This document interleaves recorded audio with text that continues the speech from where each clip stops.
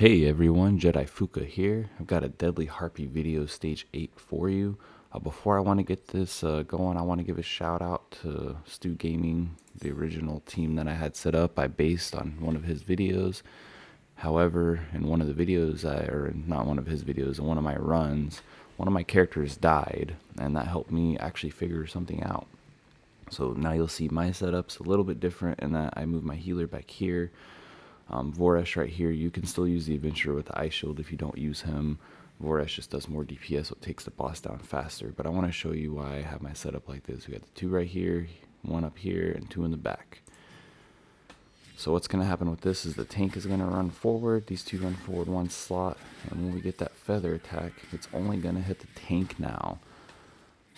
So I don't know why that is. I figured that it would be hitting the tank and Voresh with them both being right there. But it's working. So right here, you'll see again, fan attack only hits the tank. So no one else is taking any damage anymore from that. So with this team setup, that means the main thing that you have to focus on is keeping the tank alive. Now with this team setup, the core of it is of course your tank. I've tried it with other tanks. This is the free epic one you get. The other tanks I used, they couldn't survive. I tried same gear, everything, it just didn't work. But with him, he could make it, so you want to use him. The healer over here is a common healer. She works really well. You could probably use another healer in here. You just need to make sure that your tank can survive depending on who your healers are. And Hexandra is my main healer. I use her in pretty much everything. She's the free healer. She works really well. So these two healers with the tank are pretty important roles. You can interchange the healers, like I said, just be careful which healer it is. Make sure they have a high enough heal. With Voresh over here, he does give an additional heal. Before I was using the adventurer with the ice shield, it worked just fine. However, I switched to Voresh because he gives that additional attack, which helps our team take out the boss a lot faster. So my runs are a little quicker now. And then in the back, my other DPS dealer is Dane. So Dane could be replaced by another DPS dealer. One thing that you need to consider is that for me, Dane has a decreased attack penalty on the boss by 25%. It is the low version of that, but it does help our tank stay alive when he's taking these hits, especially this big one. You'll see decreased attack up. It doesn't do too much damage, and we can heal it back up. Without that decreased attack, I've tried it with other damage dealers and I could do it, but it's not 100%. I would have issues where sometimes my tank would just die on me because he wasn't able to take all the damage. So the decreased attack does help a lot. So if you're going to replace Dane with another damage dealer, keep that in mind. You either need to beef up the stats on the tank, or you need to try to have someone else who has a decreased attack slotted in there.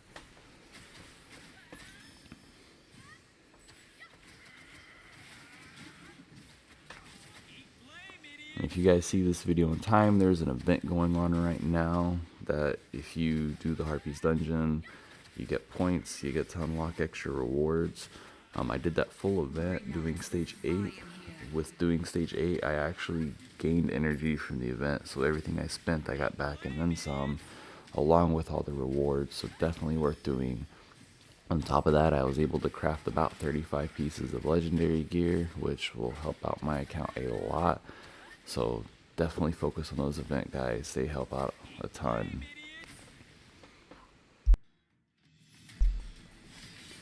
Now that was the run. I'll just jump in and show you the stats on our tank here real quick, because he is the most important one in this unit, I would say.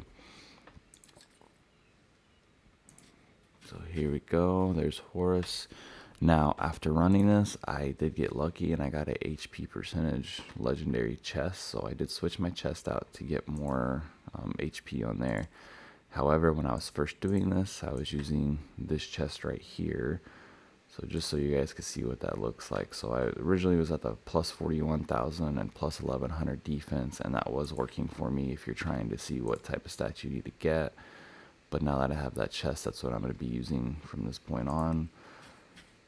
The common healer, gear doesn't matter. You just want her health to be low enough that she takes the extra attack from the wisp, because she can tank it and heal herself back up just fine.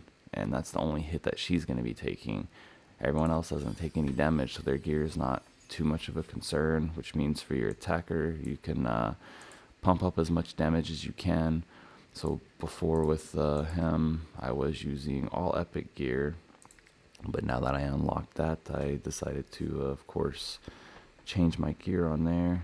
Let's see, I deleted the gear I was using. I didn't delete it, but I deleted the setup. But I was basically just using everything from this barbarian set,